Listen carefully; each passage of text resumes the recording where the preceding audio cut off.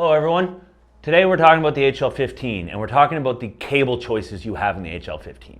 This video here is for those who are looking at or have purchased or in the middle of purchasing the chassis only order or the chassis plus PSU order. If you bought a full build or are thinking about buying a full build, you don't really need to watch this video if you don't want to, because it comes pre-wired. Everything's all figured out for you. It just shows up and it works. So what I want to talk about is the various cable choices you have, because remember, the HomeLab is your HomeLab server. How you choose to connect everything is up to you, and we want to try to make that as easy as possible. So what we're going to do is we're going to break down each of the cable set offerings we have and what you could plug those into. Before I dive into that, I want to talk about this wonderful thing. This is the HL15 backplane. It's also the same backplane that we use in all our hard drive enterprise units. It's a SATA SAS capable backplane. 15 hard drives can get plugged into it, or SSDs with caddy adapters. But the relevant point with this part's video is the connector type underneath.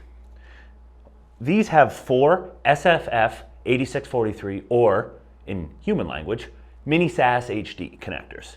Little rectangular guys. That's what I really like to call them.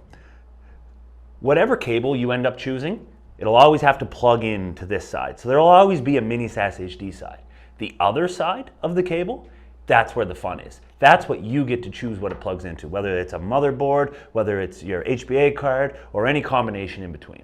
So let's break down each of the cable sets so you can get your HomeLab working the way you want it. Let's talk about data cable set E. So this one's very similar to cable set D, but instead of mini SAS HD to mini SAS HD, it's mini SAS HD to mini SAS, the 8643 to the 8087, and again, 2 of these wonderful 8643 to the 7-pin SATA. So same idea, this plugs into the backplane, as does this. On this end, you could plug this into an HBA card that supports this, or if you have a motherboard that has the ports, much like the full build HL15 motherboard and the 4 7-pin SATAs. You could plug those onto the SATA ports on your motherboard. You could get a add-on SATA card, relatively low cost, plug it in the PCI slot, plug a bunch of them in there. Or one of these newer cool things, the M.2, the SATA to M.2, where this model has 5 SATA ports into 1 M.2 slot. That could plug into an M2 slot on a motherboard. You can plug all the SATA ports there.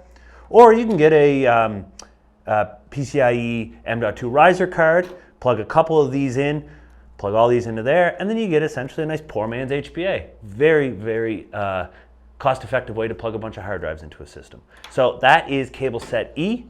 It's the mini SAS HD to mini SAS, and 2 of these, and then 2 of the mini SAS HD to the 7-pin SATAs.